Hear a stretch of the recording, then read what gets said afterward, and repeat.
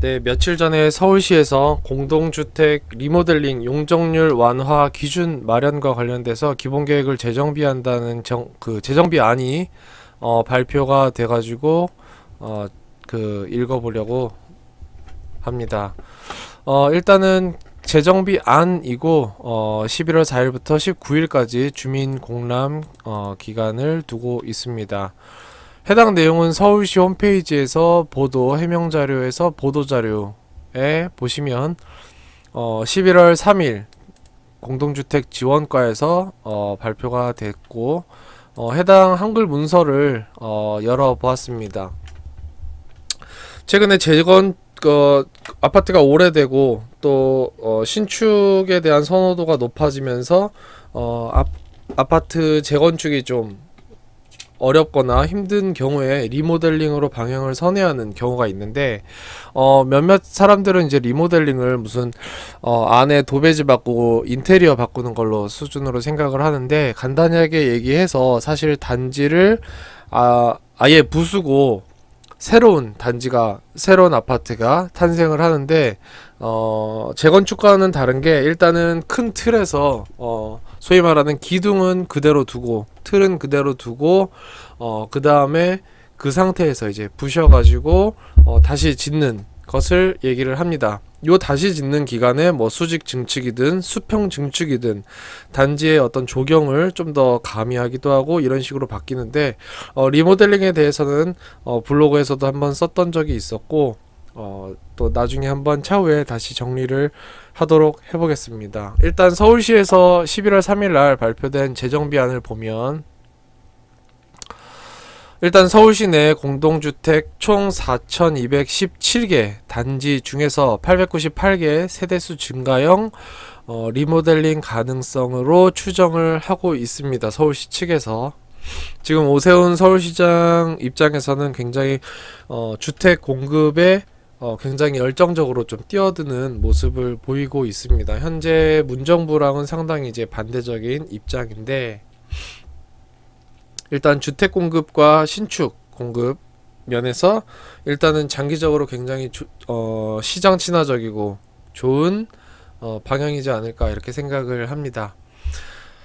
일단 간단히 읽어보겠습니다. 페이지도 길지 않고 4페이지 정도밖에 안되니까 간단히 읽어보도록 하겠습니다. 서울시가 노후 아파트 리모델링에 대한 효율적인 도시관리 방안을 마련하고 신속한 주택 공급도 이루어질 수 있도록 2025년 서울시의 공동주택 리모델링 기본계획을 재정비한다 하면서, 난개발 방지와 공공성 확보, 공공지원 제도 강화가 주요 골자다 이렇게 되어 있습니다.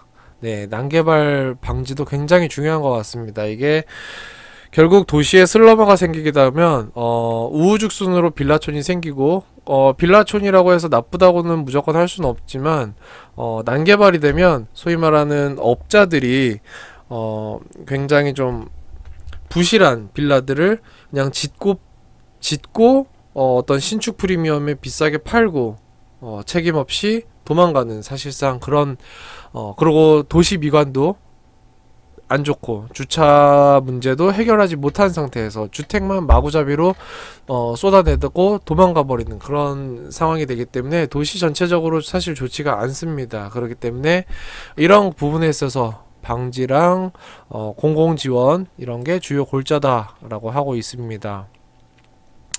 공동주택 리모델링은 준공된 지 15년 이상 된 주택단지에서 주민 동의를 통해서 추진을 할 수가 있고, 준공 후 30년 이상의 단지가 주로 추진하는 재건축에 비해서 상대적으로 간소하고 사업 문턱이 낮다라고 얘기를 하고 있습니다. 근데 지금 실질적으로 리모델링을 추진하는 단지들을 보면 30년에 임박했거나 30년 넘은 단지들이 더 많습니다. 지금 30년이 넘고 심지어 40년이 넘은 단지들도 재건축이 진행이 안 되는 경우가 많고 심지어 아직 출발도 못한 경우가 많기 때문에 지금 20년에서 30년 사이에 껴있거나 입지나 위치가 좋은데 좀 아쉬운 점이 있는 부분들은 주민들이 동의를 얻어가지고 리모델링을 많이 추진하는 그런 추세입니다. 지금 뉴스에 나오는 것 중에서 리모델링에 또 많이 나오는 부분이 이제 그 우국신 리모델링이 있죠. 저기 이수 사당 요쪽에 우성, 극동, 신동아 아파트 3개가 연합해서 5,500세대 정도 되는 대단지로 리모델링을 또 추진한다는 얘기가 있습니다. 어떻게 될지는 지켜봐야 되겠지만 뭐 이런 식으로 주민들끼리 이렇게 신축 프리미엄을 또 단순히 이제 돈을 노리고가 아니라 신축을 위해서, 그리고 삶의 질이나 어떤 안전성 확보, 그리고 제값을 받기 위한 그런 부분도 있고, 주택 공급과도 연관이 되는 그런 게 있고, 반포에서도 지금 리모델링을 추진하는 단지들이 몇 단지가 좀 나오고 있습니다. 참고로 보시면 될 것 같습니다. 첫째로는 서울시내 공동주택 총 4,217개 단지 중에 리모델링 가능 단지는 3,096개, 이 중에서 수평 수직 증축으로 세대수를 늘리는 세대수 증가형 리모델링이 가능한 단지는 8,908개로 추정을 하고 있습니다. 나머지 2,198개는 설비, 수리 등 주거환경 개선 만을 하는 맞춤형입니다. 사실상 주택 공급은 아무래도 증축해서 세대수를 늘리는 증가형 모델이겠죠.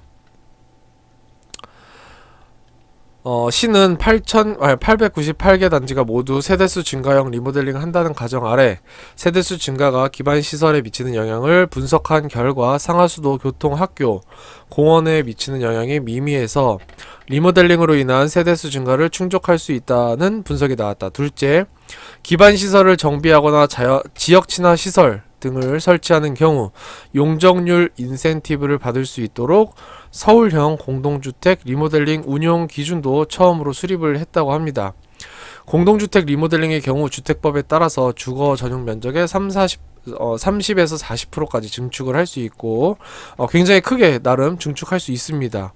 건축법에 따른 용적률 완화도 가능합니다. 용적률과 세대수가 증가한다는 점에서 재건축과 비슷하지만 리모델링의 경우 그동안 용적률 완화에 대한 구체적인 기준이 없었고 시는 내부 지침으로 적용했던 완화 기준을 구체화해서 기본 계획에 포함을 시켰다고 합니다. 앞으로는 이 기준에 따라서 도로, 공원 등 기반 시설을 정비하는 경우 사실상 이 일대가 좋아지죠. 이 단지만 좋아지는 게 아니라 일대 모두 커뮤니티가 좋아집니다. 하는 경우엔 최대 20%까지, 녹색 건축물을 조성하는 경우 최대 20%까지, 열린 놀이터, 공유 주차 등 지역과 친화적인 시설을 설치하는 경우 최대 30%까지, 이런 부분 역시 공공에 기여하는 바도 있고 공공에 기여를 하면 나도 인센티브를 주겠다라는 점이기 때문에 굉장히 좋은 시장 방향인 것 같습니다. 그 다음에 상업시설 등 가로를 활성화하는 경우 최대 10% 등 용적률 완화를 받을 수가 있다고 합니다.